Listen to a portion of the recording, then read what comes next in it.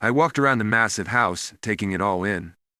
It is breathtaking marble floors, elegant chandeliers, and a spacious layout that could have easily been featured in a lifestyle magazine. I couldn't believe I was going to take care of this place for the next week. My boss, Mr. Evans, had entrusted me with watching over his home while he went on a business trip. I felt both honored and a little intimidated. I was marveling at the kitchen when I heard a noise coming from the other side of the house. My heart skipped a beat.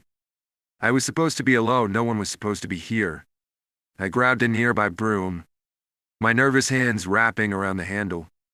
Slowly I followed the sound until it led me to the indoor pool area. I stepped inside, scanning the room, my grip tightening on the broom. And then I saw him, a man swimming effortlessly across the pool. He hadn't noticed me yet. "Hey," I shouted, my voice echoing off the walls. "What are you doing here?" The man stopped mid-stroke, turning to look at me with surprise. "Oh hey," he greeted me casually as if we were old friends. He swam towards the pool stairs, and I felt the flush of heat rise to my face. He was completely naked. "Who are you?" I stammered, covering my eyes as I turned away. He climbed out of the pool, water dripping down his body as he wrapped a towel around his waist. He walked over to me, unbothered by my presence. "Ever heard of skinny dipping?" he said, his tone light and teasing. "You should try it. It's great." My eyes widened, and I resisted the urge to roll them. "Or maybe I should just call the police on you," I snapped, not in the mood for games. He laughed, a deep, easy sound that grated on my nerves. "You're welcome to try." No, I doubt the police would care much considering this is my house. I blinked, my mind racing. "Your house?" "Yeah, I live here. Or rather, my dad does." "I'm Sam Evans," he said with a grin, extending his hand. I felt my heart skip a beat as I connected the dots. Sam Evans, the son of my boss. I slowly lowered my phone, suddenly aware that I was way out of my depth. "Right," I muttered, trying to regain my composure. "I guess you're not an intruder then." "Not usually," he chuckled, wrapping the towel more securely around his waist. "But you can call me that if it makes this more fun for you." I called Mr. Evans to clarify what the heck was going on. After a few rings, he picked up, his voice calm and polite as always. Miguel, is everything all right at the house?" "Well, sir," I began hesitantly, "I just found someone here. Your son. He says I'm supposed to babysit him or something." I could hear him sigh on the other end. "Yes, I meant to tell you. I need you to watch over Sam while I'm away. He's a good kid, but impulsive. I trust you to keep an eye on things, make sure he doesn't get into trouble." I glanced over at Sam, now lounging on the couch in his underwear, tossing popcorn into the air and trying to catch it with his mouth. "Right," I said, my voice tight. "I'll do my best." 4 days later, I realized that doing my best was not nearly enough. Sam was chaos incarnate. Every night, he attempted to throw a party, inviting random people over. I spent those evenings chasing guests out, threatening to call the police more times than I cared to count. And instead of being angry, Sam just looked amused, as if it were all some elaborate game. I was at my wits' end when I decided to offer a truce. "How about this?" I proposed one afternoon as he sat on the couch, scrolling through his phone. "You can have a few friends over, but just a few. No wild parties. In return, I'll stay out of your way." He looked up, a grin spreading across his face. "Deal," he said, holding out his hand for a shake. I hesitated, then took it, feeling a strange jolt of warmth at the contact. That evening, he invited 3 friends over, and I kept my distance, staying in the guest room I had claimed as my own. I could hear their laughter and music from downstairs, but I decided to let it go. A few hours in, my stomach growled, reminding me that I hadn't eaten since lunch. I tiptoed out of the room, intending to sneak into the kitchen for a quick sandwich. When I entered the kitchen, I found Sam's friends crowded around the counter, drinking and laughing. They looked up as I walked in, their eyes glossed over from alcohol. Sam stood near the fridge, his expression a bit hazy. "Come on, Sam," one of the guys slurred. trying to force a shot into his hand. "You're not gonna back out now, are you?" Sam shook his head, clearly not interested. "No, I'm good," he insisted, holding up a hand to ward off the drink. But the other guy wasn't taking no for an answer. He grabbed Sam's jaw, trying to pry it open to force the shot down. My heart pounded in my chest as anger surged through me. "Hey," I shouted, stepping forward. "You need to leave." Now the room went silent, everyone turning to look at me. The guy let go of Sam, who staggered back, his eyes wide with surprise. "Why is the babysitter telling us what to do?" The friend sneered, crossing his arms. "I think he's right," Sam interjected, his voice steadying as he took a step forward. "You should go." The friend glared at him, but something in Sam's eyes must have convinced him. He rolled his eyes, muttering whatever, before gesturing for the others to follow him out. The kitchen fell quiet as they left. Sam looked at me, a mix of gratitude and embarrassment on his face. "Your friends suck," I muttered, shaking my head.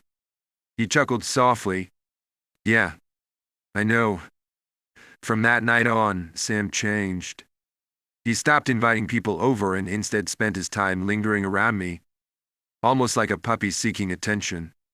At first, it annoyed me. I wasn't here to entertain him, I was here to do a job. But eventually his persistence wore me down. We started talking first about trivial things like movies and music, then gradually about deeper topics. I learned that he wasn't as carefree as he appeared to be. Underneath the bravado was someone who was still figuring himself out just like everyone else. One evening, he sat down next to me on the couch with 2 cans of beer in his hands. "Come on," he urged, wiggling his eyebrows. "1 beer won't kill you.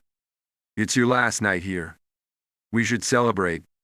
I looked at the can, then back at him. His blue eyes were wide, hopeful. And for a moment, I found it impossible to say no. "Fine," I sighed, taking the beer from him. "But just 1. He grinned, popping open his can. "To surviving this week," he said, raising it in a toast. That night, we talked until late, the beer loosening our tongues and tearing down the last of our walls. Sam told me about his mom, how she had passed away when he was little, and how it had changed his father. He admitted to feeling lost, pressured to be someone he wasn't sure he could be. I listened, feeling an unexpected warmth towards him. Somehow, over these past days, he had gone from being an annoyance to someone I genuinely cared about. We were sitting close, our shoulders brushing, when he suddenly grew quiet. "I'm going to miss you," he mumbled, staring down at his hands. The sincerity in his voice caught me off guard, and I felt my heart skip a beat. "Yeah," I admitted softly. "I'll miss you too." We sat there, the air thick with something unspoken. I wasn't sure what it was, fear, longing, or maybe just the uncertainty of what would happen next. But before I could figure it out, he leaned in and pressed his lips to mine. The kiss was quick, almost a question. I pulled back, my mind reeling. "What was that?" I asked, my voice barely a whisper. He bit his lip, looking suddenly vulnerable. "I like you," he admitted. "I know it's complicated. You're my dad's employee and all. But I can't help how I feel." My heart pounded in my chest. I didn't know what to say. I had been attracted to him, sure, but I had shoved those feelings down, chalking them up to the tension of our situation. Now hearing him say it out loud, everything I had been ignoring came rushing to the surface. "Sam," I began, my voice shaky. This is risky. Your dad." I know, he cut me off, his eyes searching mine. "But don't you think some things are worth the risk?" I swallowed hard, my mind spinning. Was this worth it? Could I afford to let myself fall for him, knowing how complicated it could become? But looking at him now, at the hope and fear in his eyes, I realized that I already had fallen. The question was, what was I going to do about it? We spent the rest of the night talking, our hands intertwined, discussing the mess we had found ourselves in. We both knew that navigating this would be a challenge, especially with his father involved. When in that moment, under the soft glow of the living room lamp, it felt possible. I returned to my regular life, focusing on work and trying to keep my head down. But Sam didn't make it easy. He began visiting the office, showing up at my desk with that same mischievous grin. His persistence was both irritating and endearing, and despite myself, I couldn't help but smile every time I saw him. "Let's have lunch," he said one day, leaning against my desk. "I'm busy," I replied, keeping my eyes on the computer screen. He sighed dramatically. "Why do you keep avoiding me? You said we'd try, remember?" I glanced up at him, my resolve crumbling under his gaze. "I know," I admitted, sighing. "Just give me some time." "Fine," he said, stepping back with a playful grin. "But I'm not giving up." 3 weeks passed, and Sam remained true to his word. He visited the office daily, each time finding new ways to get my attention. At first, I thought it was just a phase, something he'd get bored of eventually. But he didn't. Instead, he showed me his grades, proudly announcing that he had been focusing on his studies. "See," he said, waving his exam papers in front of me. "I'm not just a troublemaker. I can be serious too." I couldn't help but laugh, feeling a mix of pride and affection for him. "Okay. Fine," I said, standing up. "You've earned that date." The date wasn't what I expected. Sam took me to a concert, something I had never experienced before. It was wild, loud, and completely out of my comfort zone. But with him beside me, holding my hand, it felt right. As we danced to the music, I realized that this was what I had been missing: freedom, joy, and the thrill of living in the moment.